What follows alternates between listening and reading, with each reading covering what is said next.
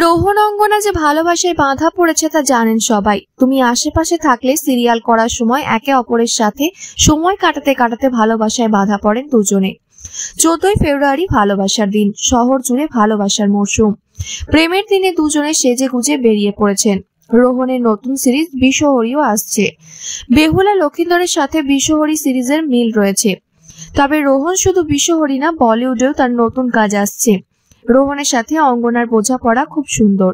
রোহন বলেছেন, প্রেমটা করি আগে ভালোভাবে, তবে আমরা ভালো বন্ধু। আর আমার জন্য ভ্যালেন্টাইন্স ডে আলাদা কিছু নয়, ভালোবাসার কোনো বিশেষ দিন হয় না। ভালোবাসা সবসময় রোজ মনের মধ্যে থাকা উচিত। রোহন জীবনে অনেক প্রেমপত্র পেয়েছেন, কিন্তু প্রেমপত্র লেখেননি কাউকে, কারণ তিনি বলেছেন, আমি ভীষণ কুঁড়ে, এত কিছু লেখা আমার দ্বারা হবে না।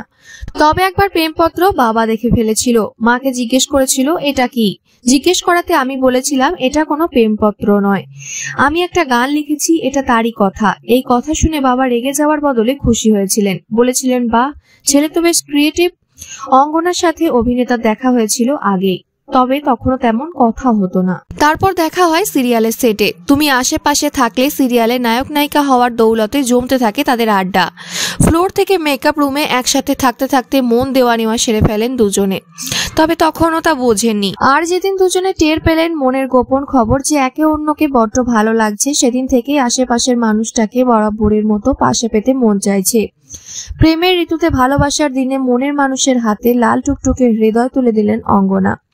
রোহনকে যে রঙে দেখতে ভালোবাসেন নায়িকা, রোহন সেই সাদা রঙের সাজেই ধরা দিলেন, যা দেখে অঙ্গনার চওড়া হাসি। দুপুর গড়াতে মধ্যাহ্নের মিঠে রোদে নৌকায় ওঠেন দুজনে। নীল রঙের পোশাক দুজনারই। রোহনের প্রিয় রং নীল, তবে অঙ্গনা রোহনকে সব থেকে ভালো লাগে সাদা রঙেই। তবে দুজনে কেউ একে অপরকে প্রপোজ করেননি, নিঃশব্দে ভালোবাসায় ডুব দিয়েছেন। সেটে গল্প করতে করতে অভিনেতার মনে হয়েছিল একটা অদ্ভুত শান্তি ছড়ানো আছে এই সম্পর্কটায়। এমন কাউকে হারিয়ে যেতে দেওয়া যায় নাকি?